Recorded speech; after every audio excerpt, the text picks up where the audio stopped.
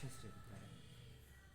ರಂಭ ನೀರಲ್ಲಿ ತಪಸ್ ಮಾಡ್ತಾ ಇದ್ರೆ, ರಂಭ ಬೆಂಕಿಯಲ್ಲಿ ತಪಸ್ ಮಾಡ್ತಾ ಇದ್ರೆ, ಕರಂಬ ನೀರಿನಲ್ಲಿ ತಪಸ್ ಮಾಡ್ತಾ ಇರ್ತಾನೆ.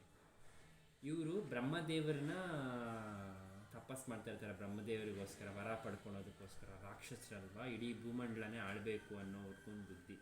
ತಪಸ್ ಮಾಡ್ತಾ ಇದ್ದಾಗ ಇಂದ್ರ ಏನು ಮಾಡ್ತಾನೆ ಅಂದರೆ, ಇವರೇನೋ ತಪಸ್ ಮಾಡಿ ಬ್ರಹ್ಮ ಸಾಕ್ಷಾತ್ಕಾರ ಏನಾದ್ರು ಆದರೆ ಇವರು ಹಠಾಸಿಂದ ಮೆರೆದು ಎಲ್ಲರನ್ನೂ ಕಾಟ ಕೊಡೋಕೆ ಸ್ಟಾರ್ಟ್ ಮಾಡ್ತಾರೆ. ಅದಕ್ಕೆ ಏನಾದರೂ ಮಾಡಿ ಇವ್ರನ್ನ ಮುಗಿಸ್ಬಿಡ್ಬೇಕು ಅಂತ ಇಂದ್ರ ಮೊಸಳೆಯಾಗಿ ಬಂದು ಕರಂಬನ್ನು ನೀರಲ್ಲೇ ಸಾಯಿಸಾಕ್ತಾನೆ, ಕೊಂದು ತಿಂದಾಕ್ಬಿಡ್ತಾನೆ. ಆಯಿತಾ, ಇದು ಅವ್ರ ಅಣ್ಣ ರಂಭನ್ಗೆ ಗೊತ್ತಾಗುತ್ತೆ ಕರಂಬ ಸತ್ತೋದ ಅಂತ. ಅವಾಗ ರಂಭ ಫುಲ್ಲು ಕೋಪದಿಂದ, ಅವನು ಬೆಂಕಿಯಲ್ಲಿ ತಪಸ್ ಮಾಡ್ತಾ ಇರ್ತಾನೆ. ಅವ್ರ ಅಣ್ಣ ಫುಲ್ಲು ಕೋಪದಿಂದ ಅವನು ಫುಲ್ಲು ಸಿಟ್ಟಾಗಿಬಿಟ್ಟು ಏನು ಮಾಡ್ತಾನೆ ಅಂದರೆ ಅಗ್ನಿದೇವನ್ನ ಮೊಕ್ಕೊತಾನೆ, ನಾನು ಪ್ರಾಣತ್ಯಾಗ ಮಾಡಿಬಿಡ್ತೀನಿ, ನನಗೆ ಬದುಕೋಕ್ಕೆ ಇಷ್ಟ ಇಲ್ಲ ಅಂತ. ಆವಾಗ ಅವನ ತಪಸ್ಗೆ ಮೆಚ್ಚಿ ಅಗ್ನಿದೇವ ಬಂದು ವರ ಕೊಡ್ತಾನೆ. ಸರಿ, ನಾನು ನಿನಗೆ ಮರಣ ಇಲ್ದಿರೋ ವರ ಕೊಡೋಕ್ಕಾಗಲ್ಲ, ಆದರೆ ನಿನಗೊಂದು ಬಲಿಷ್ಠವಾದ ಸಂತಾನನ ಕೊಡ್ತೀನಿ ಅಂತ ಕೇಳ್ತಾನೆ. ಏನು ಹೇಳು? ಬಲಿಷ್ಠವಾದ ಸಂತಾನ ಕೊಡ್ತೀನಿ ಅಂತ ಹೇಳ್ತಾನೆ ಅಗ್ನಿದೇವ ರಂಭನ್ಗೆ. ಆವಾಗ ಅವನು ಒಂದು ಸ್ತ್ರೀನ ಮದುವೆ ಆಗೋಕ್ಕೆ ಹುಡ್ಕೋದಕ್ಕೆ ಪ್ರಯತ್ನ ಪಡ್ತಾ ಇರ್ತಾನೆ. ಆವಾಗ ದೇವತೆಗಳು ಏನು ಮಾಡ್ತಾರೆ ಗೊತ್ತಾ, ಇವನಿಗೇನಾದರೂ ನಿಜವಾಗಲೂ ಒಂದು ರಾಕ್ಷಸ ಸ್ತ್ರೀ ಏನಾದರೂ ಸಿಕ್ಕಿ ಅವರಿಬ್ಬರು ಮಿಲನ ಆದರೆ ತ್ರಿಲೋಕ ಭಯಂಕರವಾದ ಲೋಕಕಂಟಕರು ಹುಟ್ಟುತ್ತಾರೆ ಅಂತ ಯೋಚನೆ ಮಾಡಿ ಒಂದು ಮಹಿಷಿ, ಸಂಸ್ಕೃತದಲ್ಲಿ ಮಹಿಷಿ ಅಂದರೆ ಕೋಣ, ಅಂದರೆ ಎಮ್ಮೆ, ಆ ಎಮ್ಮೆನ ಸ್ತ್ರೀನ ಮಾಡಿ ಅವನಿಗೆ ಮೋಹ ಬರೋ ಥರ ಮಾಡಿ ಆ ಸ್ತ್ರೀ ಜೊತೆ ಅವನ ಜೊತೆ ಮಿಲನ ಮಾಡಿಸ್ತಾರೆ.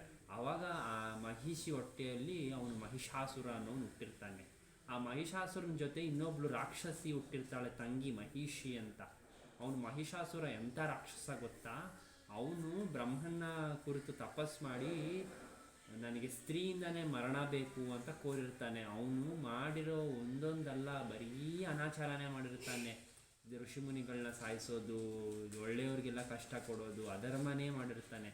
ಲಾಸ್ಟ್ಗೆ ಬ್ರಹ್ಮ ವಿಷ್ಣು ಮಹೇಶ್ವರ ಆಗಲಿ, ಎಲ್ಲ ದಿಕ್ಪಾಲಕರಾಗಲಿ, ಎಲ್ಲ ದೇವತೆಗಳಾಗಲಿ ಅವನ್ನ ಸಾಯಿಸೋದಕ್ಕಾಗಲ್ಲ. ಆವಾಗ ಏನು ಮಾಡ್ತಾರೆ ಅಂದರೆ ಒಂದು ಸ್ತ್ರೀನ ಸೃಷ್ಟಿ ಮಾಡ್ತಾರೆ ಬ್ರಹ್ಮ ವಿಷ್ಣು ಮಹೇಶ್ವರ.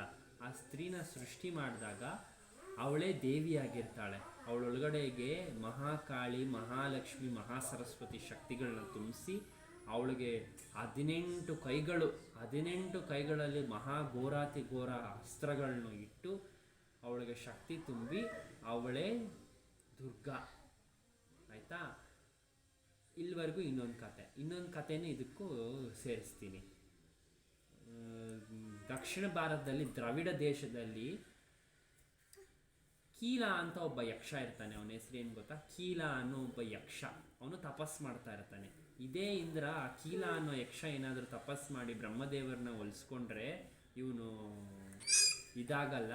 ಅದಕ್ಕೆ ಅವನು ಕೀಲನ ಮೇಲೆ ಹೋಗಿ ಒಂದು ದೊಡ್ಡ ಪರ್ವತ ಆಗಿ ಕುತ್ಕೊಂಡ್ಬಿಡ್ತಾನೆ.